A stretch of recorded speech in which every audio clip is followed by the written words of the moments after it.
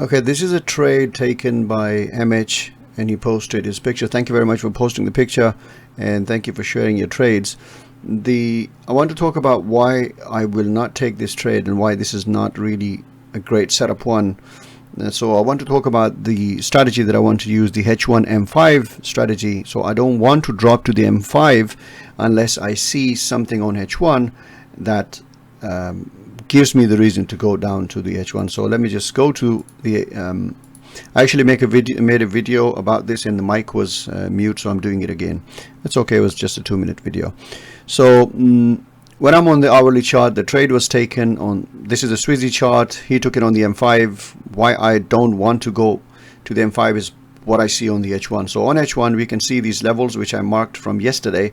So we have the low here, then low here again, low here yesterday again, and then today price went up first and came down, and now it's hit the box low. So this does not tell me to go down to the M5. Why? Because I don't see a clear trending moving market. So even though I see 3 trend candles, I also see that one, it's a range, second, it's hit the, and because of the range, it's hit the range low and moved back up. I'm not interested in taking the wave.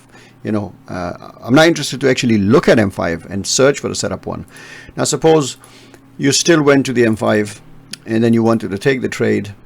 You can see price went down, it hit those levels, came up, and there's a fundamental problem here. Now I don't use fib retracement during trading, but I will use it for explanation, for explaining what I want to show here. So the fundamental rules of Elliott wave is that wave 4 will never penetrate in this bearish scenario.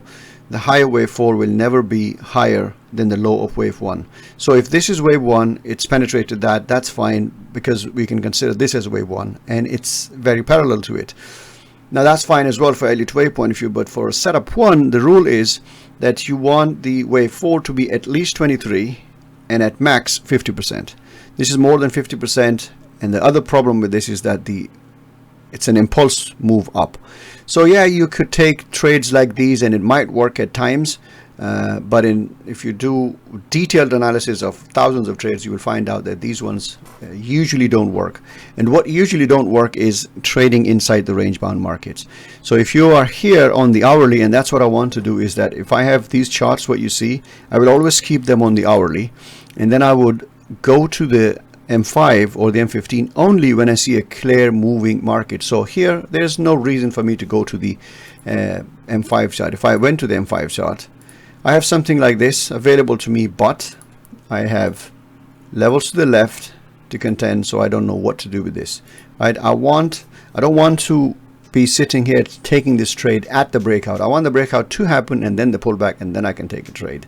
So I hope it makes sense.